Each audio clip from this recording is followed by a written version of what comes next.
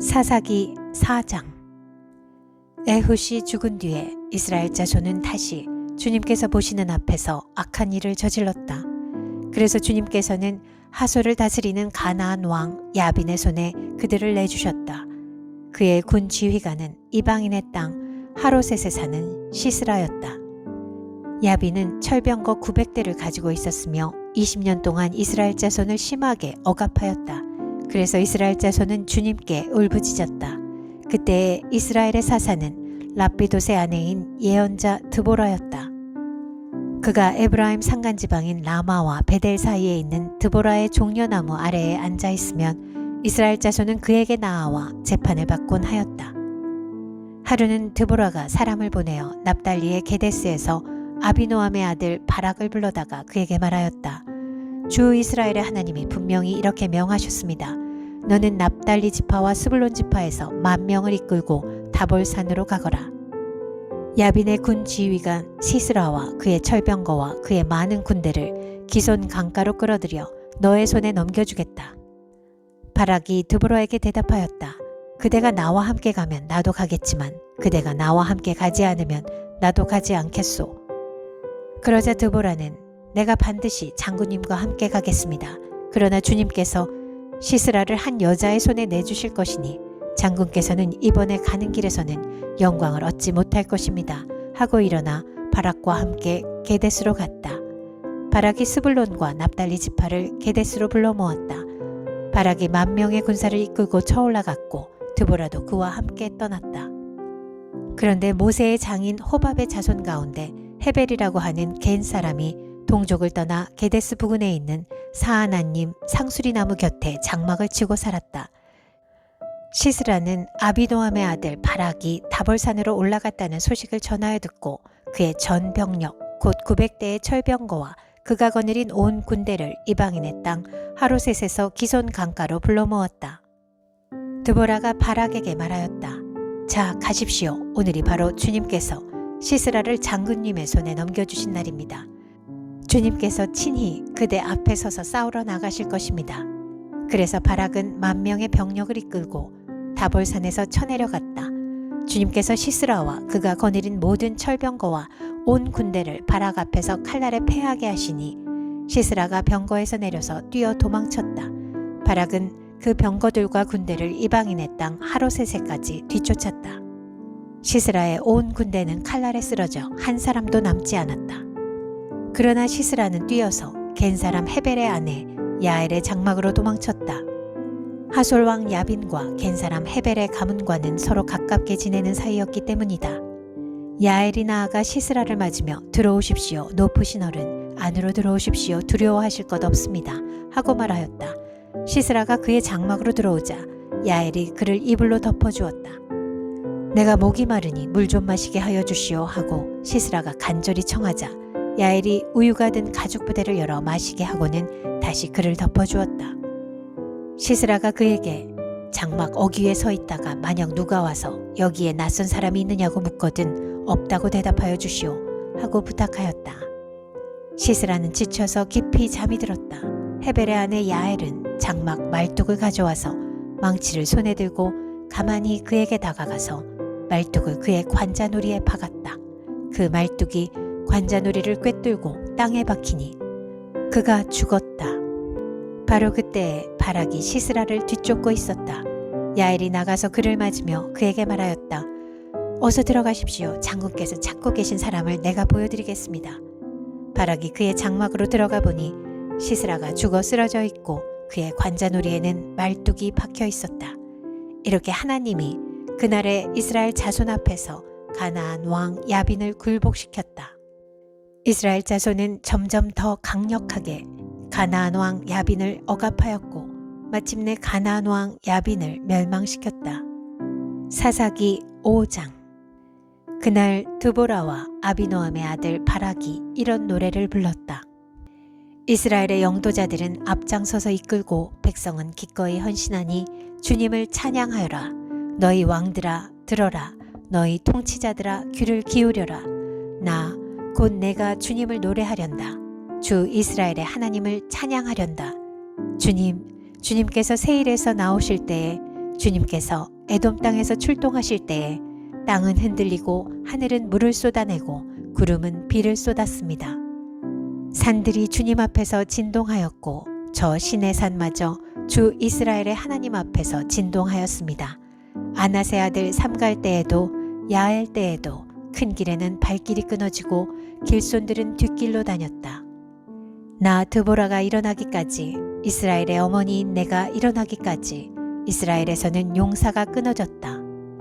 그들이 새 신들을 택하였을 때에 성문에 전쟁이 들이닥쳤는데 4만 명 이스라엘 군인 가운데 방패와 창을 가진 사람이 보였던가.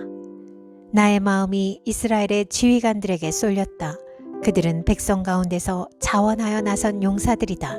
너희는 주님을 찬양하여라. 흰 나귀를 타고 다니는 사람들아, 양탄자를 깔고 사는 사람들아, 길을 걸어가는 행인들아, 사람들에게 전하여라.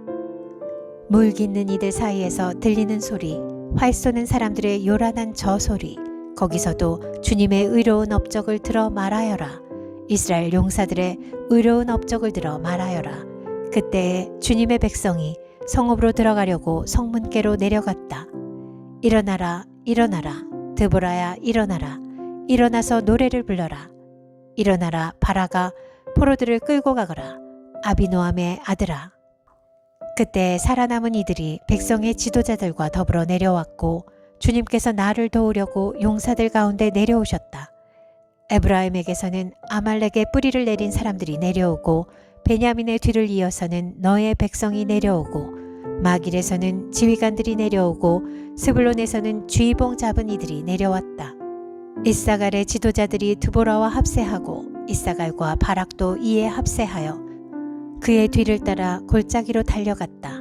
그러나 루벤 지파 가운데서는 마음에 큰 반성이 있었다. 어찌하여 내가 양의 우리에 앉아 양떼를 부르는 피리 소리나 듣고 있는가? 루벤 지파에서는 마음에 큰 반성을 하였다.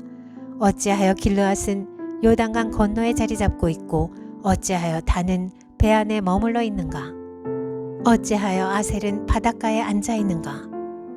또 그 부둣가에서 편히 쉬고 있는가? 스불론은 죽음을 무릅쓰고 생명을 아끼지 않고 싸운 백성이요, 납달리도 들판 언덕 위에서 그렇게 싸운 백성이다.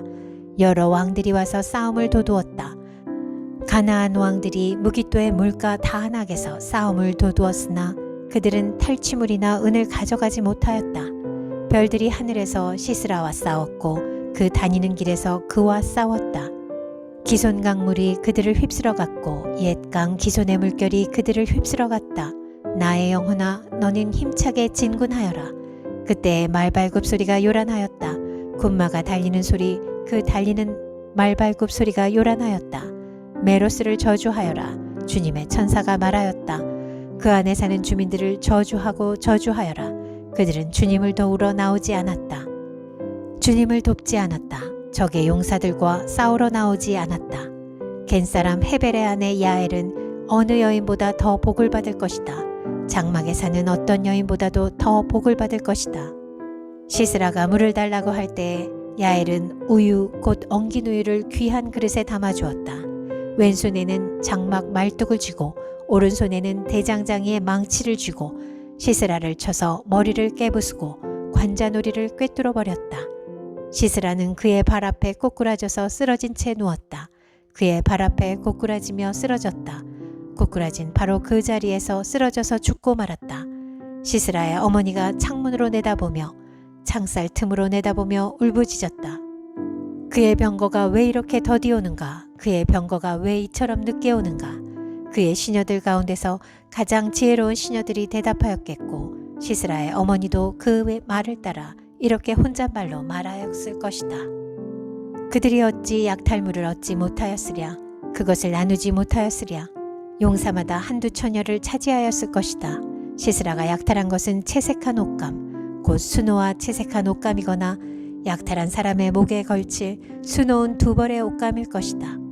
주님의 원수들은 이처럼 모두 망하고 주님을 사랑하는 사람들은 힘차게 떠오르는 해처럼 되게 하여 주십시오. 그 뒤로 그 땅에는 40년 동안 전쟁이 없이 평온하였다. 사사기 6장. 이스라엘 자손이 주님께서 보시는 앞에서 악한 일을 저질렀다. 그래서 주님께서는 7해 동안 그들을 미디안의 손에 넘겨주셨다. 미디안 사람의 세력이 이스라엘을 억누르니 이스라엘 자손은 미디안 사람들 때문에 산에 있는 동굴과 요새의 도피처를 마련하였다. 이스라엘 자손이 씨앗을 심어 놓으면 미디안 사람과 아말렉 사람과 동방 사람들이 쳐올라오는 것이었다. 그들은 이스라엘을 마주보고 진을 쳐놓고는 가사에 이르기까지 온 땅의 소산물을 망쳐 놓았다. 그리고 이스라엘에 먹을 것을 하나도 남기지 않았으며 양이나 소나 나귀까지도 남기지 않았다. 그들은 가축대를 몰고 장막을 가지고 메뚜기 떼처럼 쳐들어왔는데 사람과 낙타가 이루 셀 수 없을 만큼 많았다. 그들이 들어와서 온 땅을 황폐하게 만들었다. 이스라엘이 미디안 때문에 전혀 길을 펴지 못하게 되자 마침내 이스라엘 자손이 주님께 울부짖었다. 이스라엘 자손이 미디안 사람들 때문에 주님께 울부짖을 때에 주님께서 이스라엘 자손에게 한 예언자를 보내어 말씀하셨다. 나 주 이스라엘의 하나님이 말한다. 바로 내가 너희를 이집트에서 나오게 하였고 종살이하던 집에서 너희를 이끌어내었다. 내가 너희를 이집트 사람과 또 너희를 억압하는 모든 원수의 손에서 구하여 내었다. 내가 그들을 너희가 보는 앞에서 쫓아내었고 그 땅을 너희에게 주었다. 그러면서 나는 너희에게 말하였다. 나는 주 너희의 하나님이다. 너희가 아모리 사람의 땅에서 살고 있으나 아모리 사람의 신들은 섬기지 말아라. 이렇게 말하였으나 너희는 내 말을 듣지 않았다. 주님의 천사가 아비에셀 사람 요아스의 땅 오브라에 있는 상수리나무 아래에 와서 앉았다. 그때 요아스의 아들 기드온은 미디안 사람들에게 들키지 않으려고 포도주 틀에서 몰래 미리삭을 타작하고 있었다.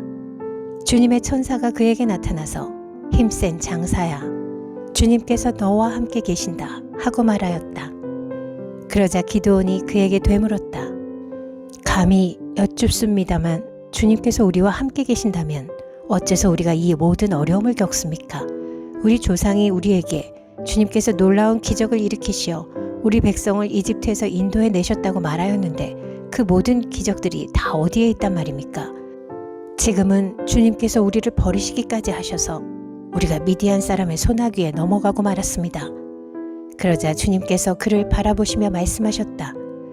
너에게 있는 그 힘을 가지고 가서 이스라엘을 미디안의 손에서 구하여라.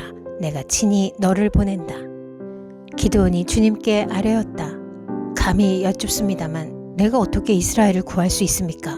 보시는 바와 같이 나의 가문은 므낫세 지파 가운데서도 가장 약하고 또 나는 아버지의 집에서도 가장 어린 사람입니다. 그러나 주님께서는 내가 반드시 너와 함께 있을 것이니 내가 미디안 사람들을 마치 한 사람을 쳐부수듯 쳐부술 것이다 하고 말씀하셨다. 기드온이 또 주님께 아뢰었다. 참으로 나를 좋게 보아주신다면 지금 나에게 말씀하시는 분이 정말로 주님이시라는 증거를 보여주십시오. 내가 예물을 꺼내와서 가져다 놓겠으니 내가 돌아올 때까지 떠나지 마십시오. 그러자 주님께서 대답하셨다. 네가 돌아올 때까지 내가 그대로 머물러 있겠다. 기드온은 즉시 가서 염소 새끼 한 마리로 요리를 만들고 밀가루 한 에바로 누룩을 넣지 않은 빵도 만들고 고기는 바구니에 담고 국물은 그릇에 담아 상수리나무 아래로 가지고 가서 천사에게 주었다. 하나님의 천사가 그에게 말하였다. 그 고기와 누룩 넣지 않은 빵을 가져다가 이 바위 위에 놓고 국물을 그 위에 부어라. 기드온이 그대로 하였더니 주님의 천사가 손에 든 지팡이 끝을 내밀어 고기와 누룩 넣지 않은 빵에 댔다. 그러자 불이 바위에서 나와서 고기와 누룩 넣지 않은 빵을 살라버렸다.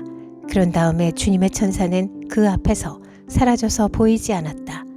기드온은 그가 주님의 천사라는 것을 알고 떨면서 말하였다. 주 하나님, 내가 주님의 천사를 대면하여 배웠습니다. 그러자 주님께서 그에게 말씀하셨다. 안심하여라. 두려워하지 말아라. 너는 죽지 않는다. 기드온은 거기에서 주님께 제단을 쌓아 바치고는 그 제단을 여호와 샬롬이라고 불렀다.